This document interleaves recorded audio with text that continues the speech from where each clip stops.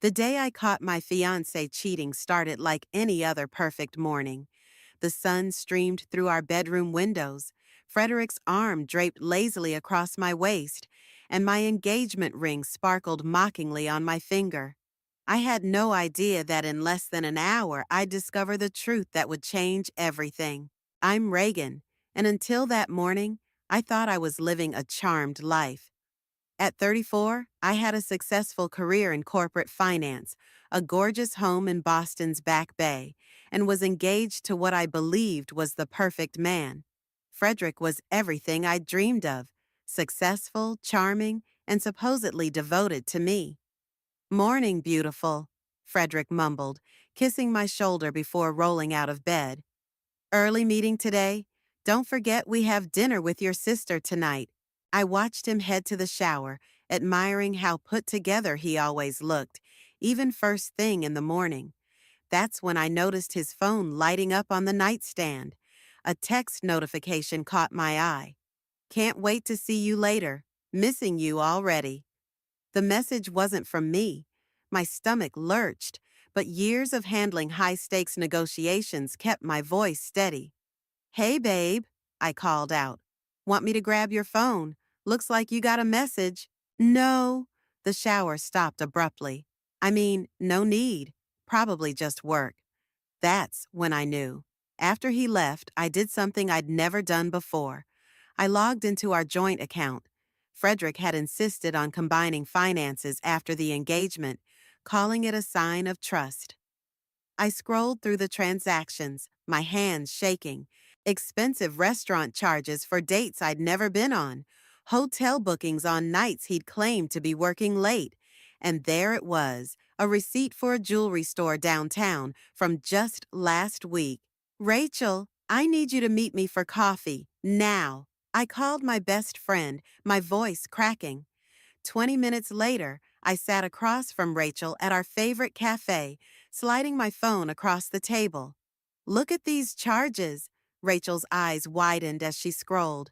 "Reagan, honey, that's not even the worst part," I said, taking a sip of my rapidly cooling latte. "I think I know who it is." "Who?" "Kayla, my sister." Rachel nearly choked on her coffee. "Your sister? How do you know?" "The restaurants. They're all near her apartment. The jewelry store receipt? It's where she works. And that text this morning?" I pulled out my phone and showed her a photo I'd taken of Frederick's screen. "That's how she always texts. The same way she's done since high school." "That little snake," Rachel hissed. "What are you gonna do? Cancel the wedding?" I stared out the window, watching people rush by, living their normal lives while mine crumbled around me. Then something shifted inside me. "No," I said slowly. "I'm not canceling anything." Rachel leaned forward. "What do you mean?" "They think they're so clever sneaking around behind my back, but they've forgotten something crucial."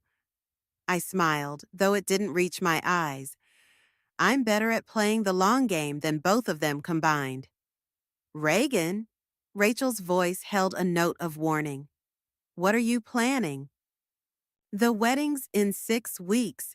That's plenty of time to make sure they both get exactly what they deserve." I pulled out my notebook and started writing. "First, I need a private investigator. Then I need to make some careful adjustments to our prenup." "You're scaring me a little," Rachel admitted, "but I'm also impressed." My phone buzzed. A text from Kayla. "Can't wait for dinner tonight. Love you, sis." I showed it to Rachel, who shook her head in disgust. "Oh, I'll give them dinner," I said, already drafting a mental script for the evening ahead. "And then I'll give them the performance of a lifetime. They want to play games? Let's play." I looked at my engagement ring again, but this time I saw it differently. It wasn't a symbol of love anymore. It was a key to my revenge, and I was going to make it count. "You know what the best part is?" I told Rachel as we gathered our things to leave. "They think I'm the predictable one, the responsible sister, the woman who always follows the rules." I laughed softly. "They have no idea what I'm capable of." Rachel squeezed my hand. "Just be careful, okay?" Revenge can be dangerous. Don't worry, I assured her, my mind already racing with plans.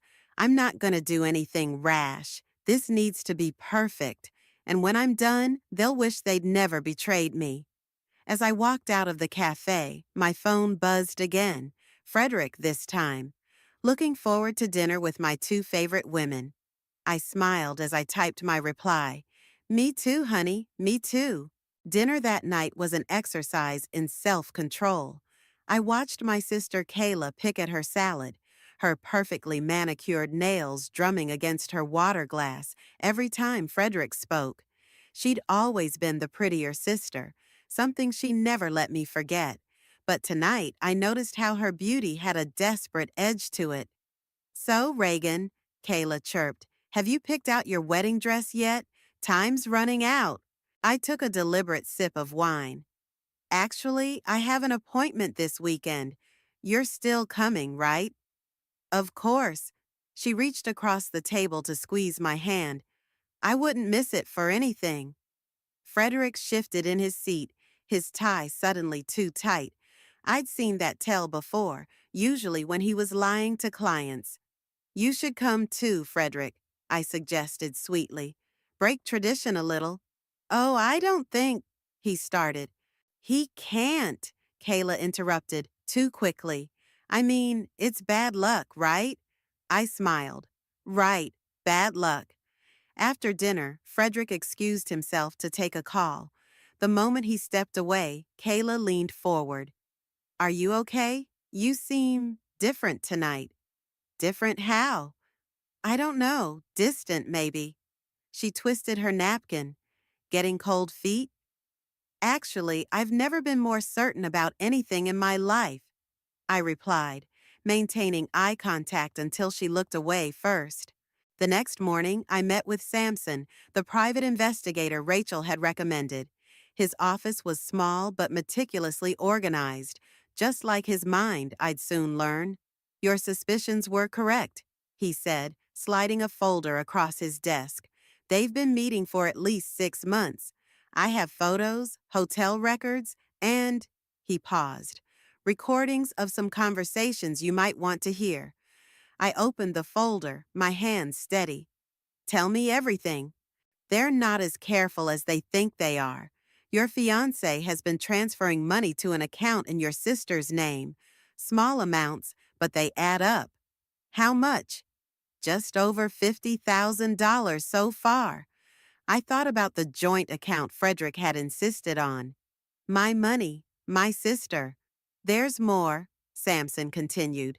They've been looking at apartments together, in Chicago. I laughed, the sound sharp in the quiet office. Chicago, where I've been trying to get Frederick to relocate for my job for the past year? The lease application is in both their names. Move-in date is set for 2 weeks after your wedding date. Perfect, I whispered. That's perfect. Later that day, I met Rachel for lunch. Her eyes widened as I laid out what I'd learned. Holy shit, Reagan, they were planning to run away together? Apparently, I stabbed at my salad. But here's the interesting part. Frederick doesn't know about the trust fund. The one from your grandmother? I nodded. The one that only activates when I get married. The one that would make me sole controller of not just my inheritance, but the family business interests too. I smiled. The one Kayla's been bitter about since we were teenagers. Does Frederick know how much it's worth? He knows it's substantial, but he doesn't know the details. I leaned back. And Kayla doesn't know that I know about her little Chicago plans. Rachel shook her head. You're terrifying when you're strategic. You know that? I learned from the best. Corporate mergers and acquisitions. Always know more than your opponent thinks you know. My phone buzzed. A text from my mother. Darling, don't forget the cake tasting tomorrow. Kayla's coming too. Perfect timing, I told Rachel. Watch this. I called my mother, putting her on speaker. Mom, about tomorrow. I was thinking we should invite Frederick's mother too. Make it a real family affair. Oh, that's a wonderful idea, Mom gushed. I'll call her right now. Within minutes, my phone lit up with a text from Kayla. Why did you invite his mom? It'll be so awkward. Because that's what families do, I typed back. Unless there's some reason you don't want her there? Three dots appeared and disappeared several times before she finally responded. No reason. See you tomorrow. Rachel raised an eyebrow. You're enjoying this, aren't you? You know what they say about revenge being a dish best served cold? I showed her my phone. I prefer to think of it as a wedding cake best served with a side of justice. Just promise me one thing, Rachel said, reaching for my hand. Promise me you know what you're doing. I thought about the prenup in my desk drawer, the trust fund paperwork waiting to be filed, and the evidence Samson had gathered. Oh, I know exactly what I'm doing, and by the time I'm done, so will everyone else. My phone buzzed again. Frederick, can't wait to taste our future together tomorrow. I typed back, neither can I, honey, neither can I. The cake tasting turned out to be even better than I'd planned. Frederick's mother, Patricia, was a former divorce attorney with a razor-sharp eye for detail, and she didn't miss a thing. Kayla, dear, Patricia said, watching my sister sample a slice of lemon cake. You look a bit peaked. Are you feeling all right? Kayla's fork clattered against the plate. Just tired. Work's been crazy. Patricia turned to me. Reagan, have you given any thought to the prenuptial agreement I sent over? Frederick nearly choked on his champagne. Mother, we agreed. Actually, I cut in smoothly, I've reviewed it with my lawyers. They suggested a few additions. My mother frowned. Additions? But darling, isn't that a bit? It's fine, Frederick interrupted, his voice tight. Whatever Reagan wants. I watched Kayla's knuckles turn white around her fork. She'd always been terrible at hiding her emotions. Speaking of agreements, I said, I've been thinking about moving the trust fund activation date up, before the wedding. The reaction was immediate. Kayla's head snapped up, and Frederick's expression shifted from concern to poorly concealed interest. But why? My mother asked. Your grandmother's wishes were very specific. Just thinking ahead, I replied, catching Patricia's knowing look. Planning for our future, right, Frederick? Right, he mumbled, suddenly very interested in his cake sample. After the tasting, I deliberately left my phone on the table when I excused myself to the bathroom. I'd installed a recording app the day before, and sure enough, when I retrieved it later, I had exactly what I needed. Kayla's voice. What are we going to do? If she activates the trust fund early. Frederick, calm down. This changes nothing. Kayla, but the Chicago apartment? Frederick, I said calm down. Let me handle it. That evening, I met with Samson again, playing him the recording. This is good, he said, adding it to his growing file. But we need more, especially if you want to void the prenup completely. What about the bank transfers? Those help, but we need something concrete about their plans after the wedding. He hesitated. There's one more thing. Your sister's been to the doctor recently. Multiple times. My stomach dropped. Tell me. OB/GYN visits, 3 of them in the past month. I leaned back in my chair, letting out a long breath. She's pregnant. Looks that way. Want me to confirm? No need. I pulled out my phone, showing him a photo I'd taken at the cake tasting. She didn't touch the champagne, not a single sip. The next day, I had lunch with Madison, my cousin, and the family gossip. I needed to plant some seeds. I'm worried about Kayla, I said, watching Madison's eyes light up. She's been acting strange lately. Strange how? Just different, emotional, and she's been avoiding alcohol. Madison gasped. You don't think? I'm sure it's nothing, I said quickly. Just wedding stress. But keep an eye on her for me? Of course. Madison was practically vibrating with excitement. You know me, always happy to help. That afternoon, Frederick called. About the trust fund, he started. Yes? Are you sure you want to activate it early? It seems unnecessary. I twirled my pen, thinking about the recording in my possession. Having second thoughts about our future? What? No, of course not. I just. He paused. I love you, Reagan. You know that, right? I know exactly how much you love me, I replied. Don't worry about the trust fund.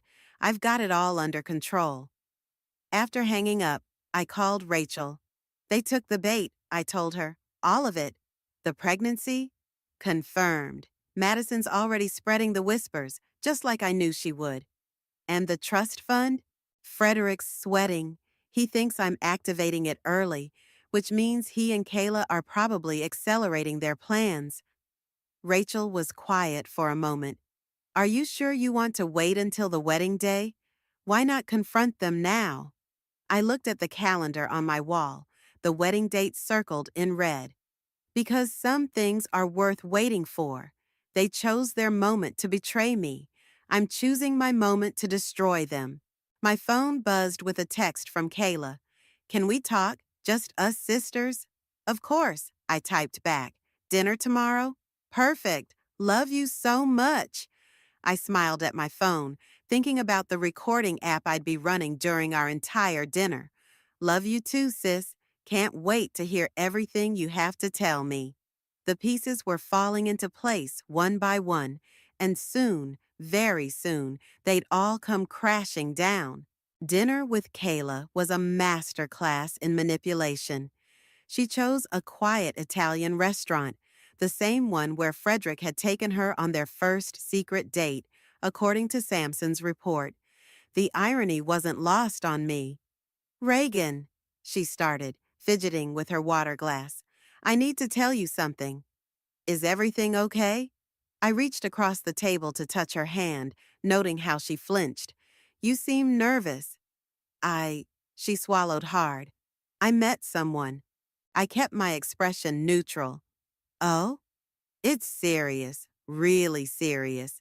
Her hand drifted unconsciously to her stomach. But it's complicated. Complicated how? Before she could answer, her phone buzzed. Frederick's name flashed across the screen. She flipped it face down too quickly. Work, she muttered, always calling. Must be busy at the jewelry store, I said innocently. All those engagement rings. She paled slightly. Right, yeah. The waiter arrived with our drinks.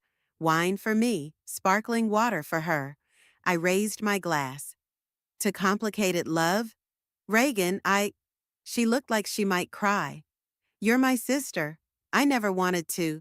Never wanted to what? She shook her head. Nothing. Never mind. Let's talk about the wedding. How's the dress hunting going? Actually, I said, I found the perfect one. Want to see? I pulled out my phone, showing her a photo of an elaborate white gown.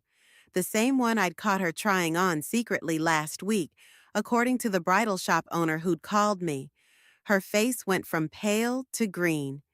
It's beautiful, isn't it? I'm having it altered next week. You should come. I can't, she said quickly. I have appointments. Doctor appointments? I asked softly. She knocked over her water glass. How did you... Madison mentioned you weren't feeling well. I helped her mop up the spill. Is there something you want to tell me? No. She grabbed her purse. I mean, not yet. I have to go. After she fled, I called Rachel. She almost confessed, I told her. About the pregnancy, at least, not about Frederick. Did you get it recorded? Every word. I forwarded her the audio file, including Frederick's perfectly timed text. The next morning, I had breakfast with my mother. She was reviewing wedding details when Madison burst in. Aunt Evelyn, Reagan, you'll never believe what I heard. My mother sighed. Madison, dear, Kayla's pregnant. She told Sarah at yoga, who told Amanda, who told me. I watched my mother's coffee cup freeze halfway to her lips. What? I know, and get this, she won't say who the father is. Reagan, My mother turned to me. Did you know about this? I had my suspicions, I said carefully. She's been acting strange lately. Strange how? Ask Frederick, Madison piped up. They've been having a lot of business lunches lately. My mother's eyes narrowed. What exactly are you implying? Nothing, I said quickly. I'm sure there's a perfectly reasonable explanation. Later that day, Frederick called, sounding agitated. Your mother just called me. Oh? She was asking weird questions about Kayla, about our business lunches. I let the silence stretch. And? And nothing. They're just lunches. Planning your wedding gift, actually. How thoughtful, I said, thinking of the Chicago apartment lease in my desk drawer. You've always been so generous. That evening, Samson delivered his final report. They're planning to leave the night of the wedding. Tickets to Chicago are already booked. Both of them? Yes, and there's more. He handed me a document. Your sister's pregnancy test results. 12 weeks along. I did the math. The night of our engagement party.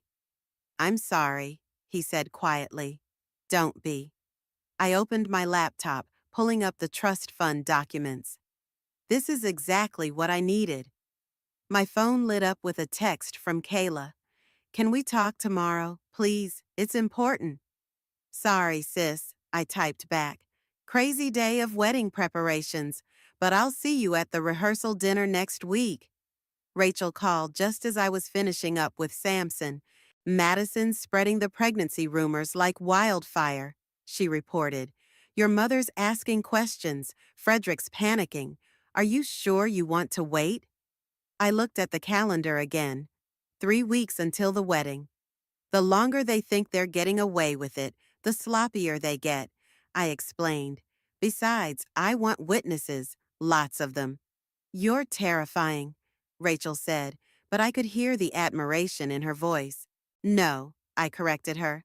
I'm just giving them exactly what they deserve, a moment they'll never forget. I picked up the pregnancy test results, sliding them into my growing file of evidence. After all, I added, what's a wedding without a few surprises? The rehearsal dinner was a powder keg waiting to explode. I watched Kayla adjust her loose-fitting dress for the 100th time, while Frederick kept checking his phone under the table. They'd barely looked at each other all evening, but their panic was palpable. A toast, Madison stood, champagne flute in hand. To the happy couple. Kayla's face went ash white as the servers poured champagne. When they reached her, she waved them away. Not drinking, dear? Patricia asked, her lawyer's instincts clearly tingling. That's the third time this week I've seen you refuse champagne. My mother's head snapped up. Kayla? I'm on antibiotics, Kayla stammered. Funny, Madison chimed in. Sarah from yoga said, Madison. My mother cut her off sharply. Not now. Frederick loosened his tie. Maybe we should start the dinner. Actually, I said, standing up, I'd like to say something first. The room fell silent. Kayla gripped her water glass so hard I thought it might shatter. I just want to thank everyone for being here, I began, especially my dear sister, Kayla. You've been so involved in the wedding planning, always there every step of the way, sometimes in places I didn't even expect. Frederick's fork clattered against his plate. And Frederick, I continued, you've been absolutely incredible at juggling everything. Work, wedding planning, all those late-night meetings and business lunches. Your dedication is remarkable. Rachel, sitting beside me, squeezed my knee under the table, our signal that I was pushing it too far. To family, I finished, raising my glass, and to secrets that can't stay buried forever. What's that supposed to mean? My mother asked sharply. Nothing, Frederick jumped in. She's just emotional. Wedding jitters. Later, in the restaurant's powder room, I overheard Kayla throwing up. Madison was right behind her. Are you sure you're okay? Madison asked. Because my friend's cousin is an OB/GYN, and I'm fine, Kayla snapped. Just food poisoning. For 3 weeks straight, I slipped out before they could see me, almost running into Patricia in the hallway. Reagan, she said quietly, we need to talk. She led me to a quiet corner. I've been a divorce attorney for 30 years. I know when something's wrong. What's going on? Why don't you ask your son? Her eyes narrowed. I'm asking you. The wedding's in 2 days, I said. Trust me, everything will become clear then. Back at the table, Frederick was deep in conversation with my mother. Just concerned about Kayla, I heard her say. She's not herself lately. I'm sure she's fine, Frederick replied, but his hand shook as he reached for his wine. My phone buzzed, a text from Samson. Chicago apartment lease signed today, both names on it. Everything okay? Frederick asked, noticing my expression. Perfect, I smiled. Just wedding details. After dinner, Rachel pulled me aside. Your mother's asking questions. Madison's practically bursting to spill everything she knows. Maybe we should. No, I cut her off. 2 more days. That's all we need. But what if Kayla breaks first? She looked ready to confess tonight. She won't, I said confidently. She's too afraid of losing everything. The money, Frederick, the family's respect. And you're not afraid of losing anything? I watched Kayla and Frederick having a heated whispered argument by the coat check. I already lost everything the moment they betrayed me. Now I'm just making sure they lose more. My mother caught up with me as I was leaving. Reagan, honey, is there something you're not telling me? About Kayla? Mom, I said, hugging her. In 2 days, everything will make sense. I promise. She held me at arm's length, studying my face. You're planning something, aren't you? Just like when you were little and Kayla stole your toys. I'm not planning anything, I lied smoothly. I'm just preparing for my perfect day. As I left the restaurant, I heard Kayla call out, Reagan, wait. I turned. Yes? She stood there, one hand on her stomach, mouth opening and closing. Finally, she just said, I love you. You know that, right? I know exactly how much you love me, I replied, thinking of the evidence file waiting at home. See you at the wedding, sis. In my car, I checked my phone one last time. A text from Frederick. Everything okay? You seemed off tonight. Just nervous about the big day, I replied. Can't wait to surprise everyone. Rachel called as I was driving home. Last chance to call this off. I thought about the pregnancy test results, the Chicago apartment lease, the bank transfers, and all the lies. No, I said firmly. They chose their moment to betray me. Saturday, I choose my moment to destroy them. And then what? I smiled in the darkness of my car. And then I walk away, leaving them with nothing but each other and their guilt. The morning of my wedding dawned bright and clear. I sat in the bridal suite, watching the makeup artist work on Kayla's face, noting how her hands kept drifting to her stomach when she thought no one was looking. You're so calm, Rachel whispered, adjusting my veil. It's almost scary. Everything's ready? I murmured back. She nodded.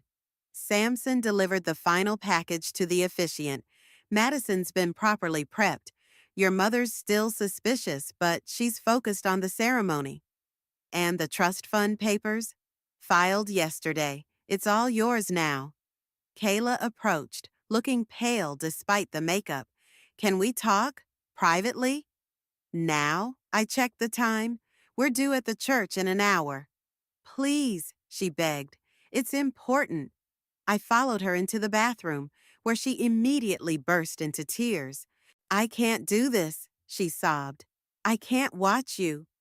A knock at the door interrupted her. Kayla? It was Frederick. Are you in there? No men allowed, Rachel called out. Bad luck. I need to speak with her, he insisted. It's urgent. I opened the door just enough to see his face. Everything okay, honey? Yes, just wedding day jitters. His eyes darted to the bathroom behind me. Is Kayla? She's touching up her makeup, I said sweetly. Want me to give her a message? He tugged at his collar. No, no message. As the hour approached, the bridal suite became a flurry of activity. My mother fussed with my dress while Madison hovered nearby, practically vibrating with suppressed gossip. Reagan, Madison whispered when we were alone, I have to tell you something about Kayla. Not now, I cut her off. Everything's perfect. Let's keep it that way.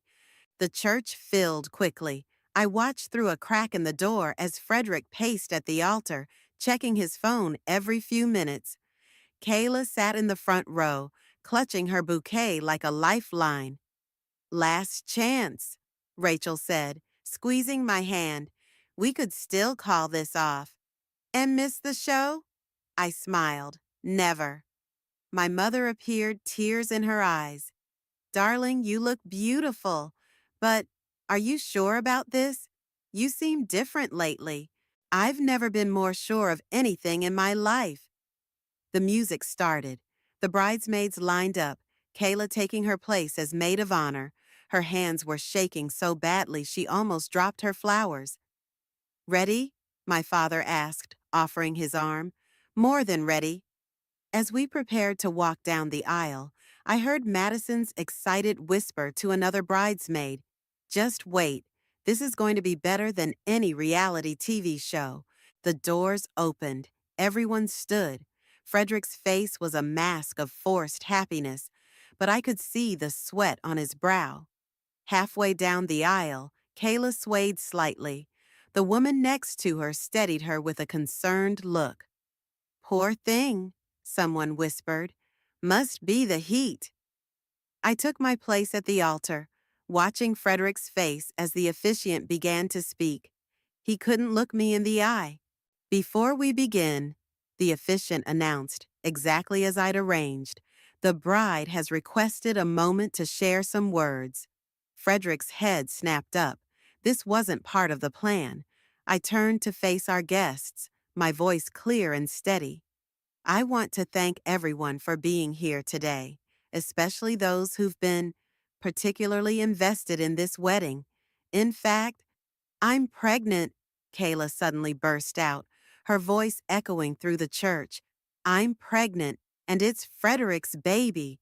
The church erupted in gasps and murmurs. My mother's hand flew to her mouth.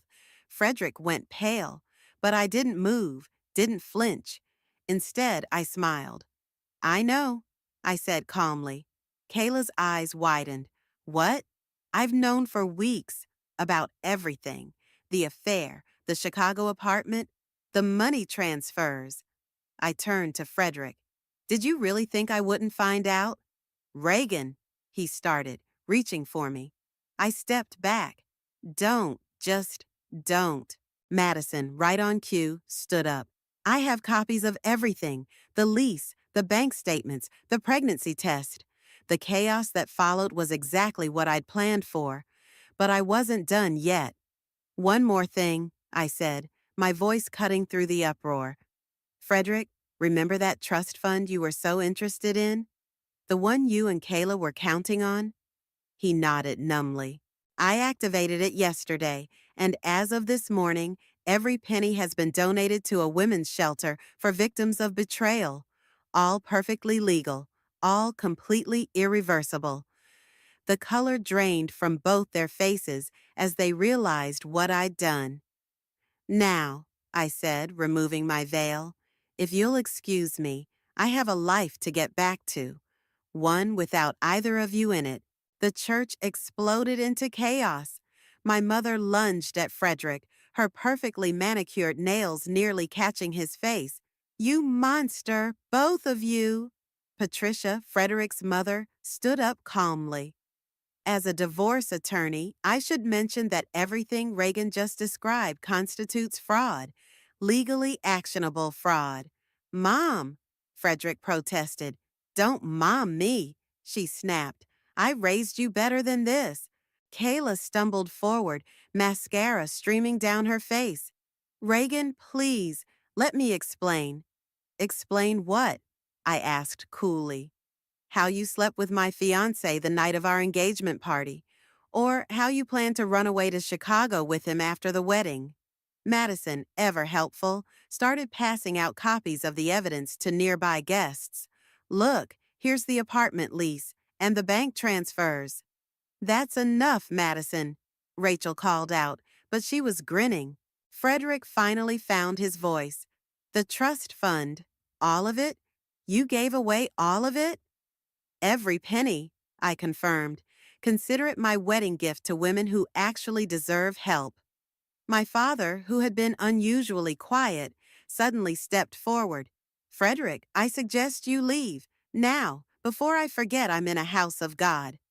This isn't what it looks like, Kayla pleaded, one hand on her stomach. We fell in love. Love? I laughed. Is that what you call betraying your sister? Planning to steal her money? Tell me, Kayla, does he know about your shopping addiction? The credit card debt? Frederick's head whipped toward her. What debt? Oh, I said innocently, you didn't share that detail, just like she probably didn't tell you the trust fund was worth 8 figures, not 7. His face contorted. 8? And now it's gone, I smiled, along with your Chicago dreams. Samson appeared at the back of the church, right on schedule. Ms. Reagan, everything's been processed. The donations are complete and irreversible. You can't do this, Frederick shouted. Actually, Patricia interjected, she can. The trust was in her name. Activated yesterday, if I heard correctly. Quite clever, really. My mother had moved from anger to cold fury. Kayla, I suggest you leave too, and don't bother coming to Sunday dinners anymore. Mom, please. I have one daughter now, she said firmly. Just one. The guests were torn between watching the drama unfold and awkwardly heading for the exits. Madison was recording everything on her phone. For social media? Rachel asked her. Family archives, Madison replied cheerfully. Future generations need to know what happens to cheaters. Frederick made one last attempt, approaching me with his hands raised. Reagan, baby, we can talk about this. Sir, Samson stepped between us. I'm armed security. I suggest you back away. You hired security? Kayla gasped. I hired everything I needed, I replied. A detective to follow you, lawyers to protect the trust fund, security to ensure today went smoothly. I even hired a real estate agent. A real estate agent? Frederick looked confused. To sell our house, I clarified. Well, my house now. The papers were signed yesterday, another wedding gift to myself. The color drained from his face. Where am I supposed to live? I hear Chicago's nice, I suggested, though you might need to downgrade your apartment plans now. Patricia approached me, holding out a business card. When you're ready to file charges for financial fraud, call me. First consultation's free. Mom, Frederick protested again. Oh, I'm sorry, she said. Did you think I'd support you stealing from your fiancé while sleeping with her sister? I raised a fool, apparently. Kayla sank into a pew, sobbing. What are we going to do? That's not my problem anymore, I said, turning to leave. Though I hear there's a nice women's shelter that just received a very generous donation. Maybe they can help. Rachel fell into step beside me as I walked down the aisle. That was both the best and worst wedding I've ever attended. The day's not over, I replied. There's still a fully catered reception waiting. You're not canceling it? And waste all that food and champagne? Besides, I smiled, I think we all deserve a celebration, just not the one they were expecting. As I reached the church doors, I turned back one last time. Frederick and Kayla stood there, shell-shocked and defeated, while my mother consoled my father and Madison continued her enthusiastic documentation. Oh, and Kayla, I called out, that dress you wanted so badly, the one you tried on behind my back, I bought it yesterday, donated it to a bride who actually deserves a happy ending. The sunlight hit my face as I stepped outside, and for the first time in months, I felt truly free. Ready? Rachel asked. Absolutely, I replied. I hear the cake is to die for. The reception venue looked stunning, exactly as I'd planned it. White roses everywhere, crystal chandeliers, and a dance floor that wouldn't stay empty for long. You really kept the reception? Madison bounced excitedly. This is legendary. Guests filtered in, awkwardly at first, then with increasing enthusiasm as they realized the open bar was still very much operational. To Reagan! Rachel raised her champagne glass. The most brilliant bride who never was. The room erupted in cheers. Even Patricia joined in, looking more relaxed than I'd ever seen her. I filed the preliminary fraud paperwork, she told me, sipping her martini. Frederick's going to have an interesting week ahead. My mother appeared at my elbow. Darling, there's something you should know. Your sister and Frederick, they tried to check into the honeymoon suite at the plaza. I finished for her. I know, the hotel called to verify the reservation. And I had it transferred to the women's shelter director. She and her husband could use a vacation. My mother's face broke into a proud smile. That's my girl. The band I'd hired started playing, and people gradually filled the dance floor. What had been planned as a wedding reception had transformed into something better, a celebration of justice served. Reagan, my father approached, holding out his hand. May I have this dance? As we swayed to the music, he cleared his throat. I should have seen it, all those business lunches, the late meetings. It's not your fault, Dad. No, but I should have raised them better, both of them. You raised me just fine, I smiled, and that's what matters. Samson appeared briefly to deliver his final report. They're at a motel off the highway. Want me to keep tracking them? No need, I said. They're not my problem anymore. Madison rushed over, phone in hand. You have to see this. Kayla's posted on social media. The post read, sometimes love makes you do crazy things, but karma makes you pay for them. Frederick and I are starting over, together. Check the comments, Madison grinned. Patricia had written, starting over with what money? Rachel grabbed my arm. Look who just walked in. Standing in the doorway was James, the Chicago job recruiter I'd been working with. I heard you might be more interested in that position now, he said, approaching with a smile. No complications holding you back? None whatsoever, I replied. When can I start? How's Monday? The cake cutting came next, a tradition I'd insisted on keeping. As I sliced into the top tier, Rachel whispered, shame to waste such a beautiful cake. Oh, it's not being wasted, I assured her. I had it redesigned yesterday. Check out the filling. She peered closer at the red velvet interior. Is that the same shade as betrayal? I laughed. The baker thought I was crazy, but she managed it perfectly. Later, as the party was winding down, my mother found me on the balcony. I just got off the phone with your grandmother, she said. She's furious about the trust fund. My heart skipped a beat. Furious she didn't think of donating to the women's shelter herself, my mother continued. She's matching your donation. I burst out laughing. Really? Says it's the best wedding present she never gave. Inside, Madison was showing guests the evidence folder, now transformed into what she called a cautionary tale scrapbook. Patricia had added legal annotations to each page. Ready to go? Rachel asked, joining me on the balcony. I looked back at the reception, my family, friends, and supporters all celebrating not a wedding, but something better, the truth. Almost, I said. Just need to do one last thing. I pulled out my phone and opened social media. Under Kayla's post, I wrote, sometimes love makes you do crazy things, but sisterhood should make you think twice. Enjoy Chicago. I hear the winters are brutal. P.S. The Women's Shelter says thank you for the trust fund. They're naming their new building the Karma Center. Brutal, Rachel laughed. I love it. Let's go, I said, picking up my purse. I have an apartment to pack up and a new life to start. You know what's funny? Rachel mused as we walked out. They thought they were writing some grand love story. But instead, they became a cautionary tale, and you became the hero. I paused at the door, taking one last look at the celebration behind me. The band was playing I Will Survive, and everyone was on their feet dancing. You know what the best revenge is? I asked. Living well? No, I smiled, stepping into the night air.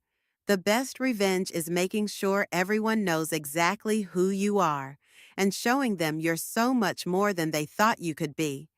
Behind us, the party continued, celebrating not the wedding that wasn't, but the truth that finally was.